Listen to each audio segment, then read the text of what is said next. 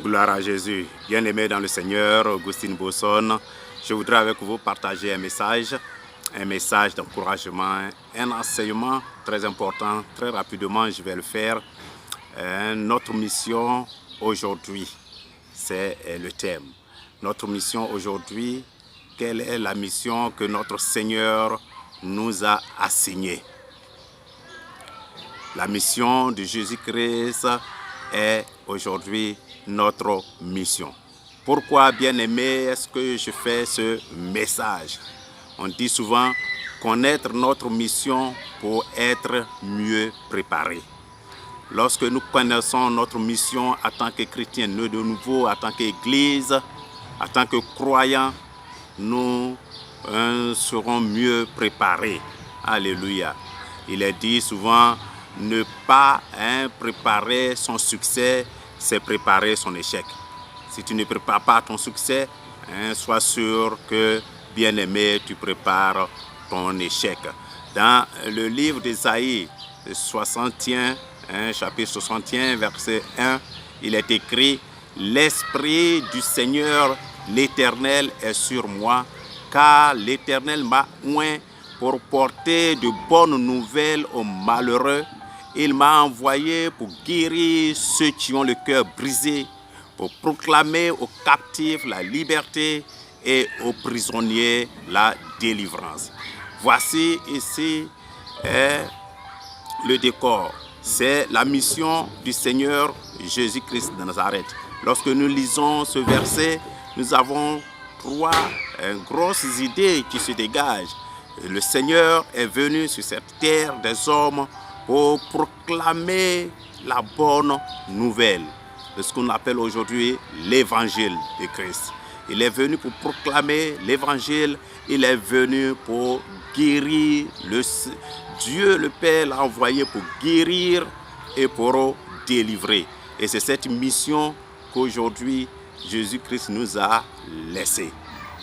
Oui, le chapitre 3 de 1 Jean, au verset 8, il est écrit « Celui qui pêche est du diable, car le diable pêche dès le commencement. » La deuxième partie du verset dit « Le Fils de l'homme, le Fils de Dieu, est apparu afin de détruire les œuvres du diable. » L'œuvre de destruction du diable.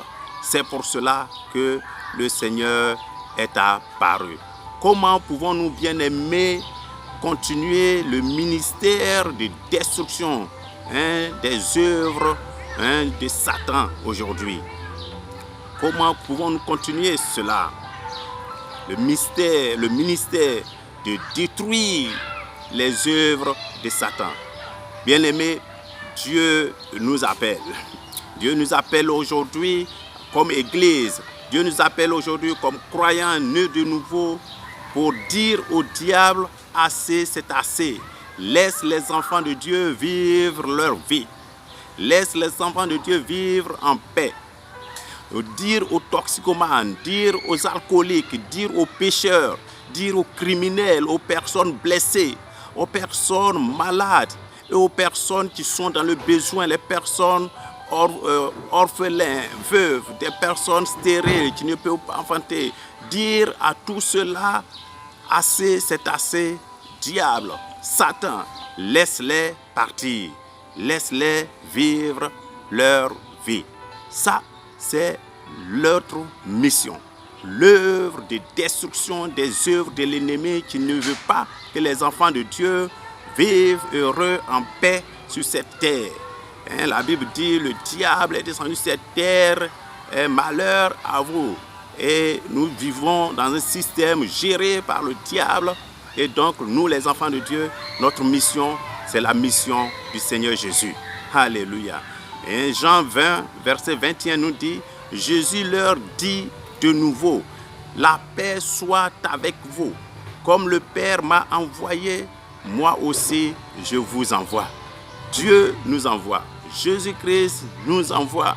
Nous avons été chargés de continuer, bien-aimés, le ministère de destruction, de détruire les œuvres de Satan aujourd'hui.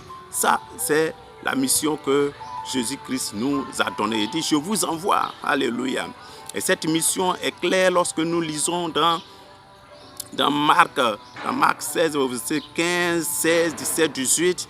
Il est écrit, puis il leur dit, c'est Jésus qui leur dit à ses disciples, allez partout, allez partout le monde et prêchez la bonne nouvelle à toute la création. Non seulement à l'humanité, mais à toute la création. Première mission, annoncer la parole, l'évangile. Et l'évangile vrai. Alléluia. Et il est ajouté, celui qui croira et qui sera baptisé sera sauvé, mais celui qui ne croira pas sera condamné. Voici les signes ou les miracles qui accompagneront ceux qui auront cru. À mon nom, ils chasseront les démons, ils parleront de nouvelles langues. Ils saisiront des serpents et s'ils boivent quelques breuvages mortels, ils ne leur feront point de mal. Ils imposeront les mains aux malades et les malades seront guéris. Voici une mission vraiment grande, glorieuse, puissante que Dieu nous a donnée, que le Seigneur nous a laissée. En tant qu'Église, ça c'est notre mission. Il dit, voici les signes qui accompagneront tous ceux qui auront cru. C'est un miracle. Ils guériront les gens. Ils chasseront les démons. Ils parleront de nouvelles langues. Ça, voici la mission que Dieu nous a donnée. Et pour cela, bien aimés, nous avons besoin de la puissance de Dieu. Servir Dieu sans la puissance de Dieu, ce n'est pas servir Dieu. Pourquoi? Parce que la puissance de Dieu est visible et démontrée à travers les miracles. La preuve de Dieu est dans son pouvoir. Les gens qui, dans certains milieux, qui ne croient même pas en Dieu, dans certains pays, sur certains continents, des gens qui sont vraiment froids à Dieu, qui ne croient plus en Dieu, mais qui demandent, est-ce que votre Dieu là même existe? Mais Dieu, son existence est dans son pouvoir. Et son pouvoir là nous est rendu visible, démontré à travers les miracles. Dieu fait des miracles comme preuve pour les croyants. Preuve de son existence pour les croyants. Bien-aimés, moi j'aspire à la puissance de Dieu. J'aime la puissance de Dieu. Et c'est l'église du Seigneur est née dans la puissance. Avec les apôtres à Jérusalem, partout où ils sont passés, sur cette terre de Palestine. Alléluia. Donc, bien-aimés, préparons-nous. Préparons-nous donc pour la mission. Let us be prepared. Let us be prepared. Alléluia. Pour cette mission. Et bien-aimés, il y a espoir parce que dans Luc 10, verset 19, Jésus lui-même dit, voici, je vous ai donné le pouvoir de marcher sur les serpents et les scorpions et sur toute la puissance de l'ennemi et rien ne pourra vous nuire. Il nous a donné le pouvoir de marcher sur les serpents et les scorpions. Scorpion, c'est la puissance des ténèbres, c'est les œuvres du diable, les œuvres de l'ennemi. Alléluia. Nous ferons de plus grandes œuvres. Alléluia. Car nous ferons de plus grandes œuvres. Ce n'est pas moi qui le dis, c'est la Bible qui le dit. Et c'est Jésus lui-même qui dit à ses disciples. Nous lisons dans Jean 14, verset 12, il est écrit, en vérité, je vous le dis, celui qui croit en moi fera aussi les œuvres que je fais. Et il en fera des plus grandes, parce que je m'en vais au Père. Parce qu'il s'en va au Père, nous sommes appelés, il est allé au Père, nous sommes appelés à faire de grandes œuvres. Il dit, celui qui croit fera des œuvres plus grandes que ça. Alléluia. Des paralytiques marcheront, des muets parleront, des aveugles verront, des sourds entendront. Alléluia. Des morts ressusciteront. Ça, c'est cette mission-là que le Seigneur nous a donnée.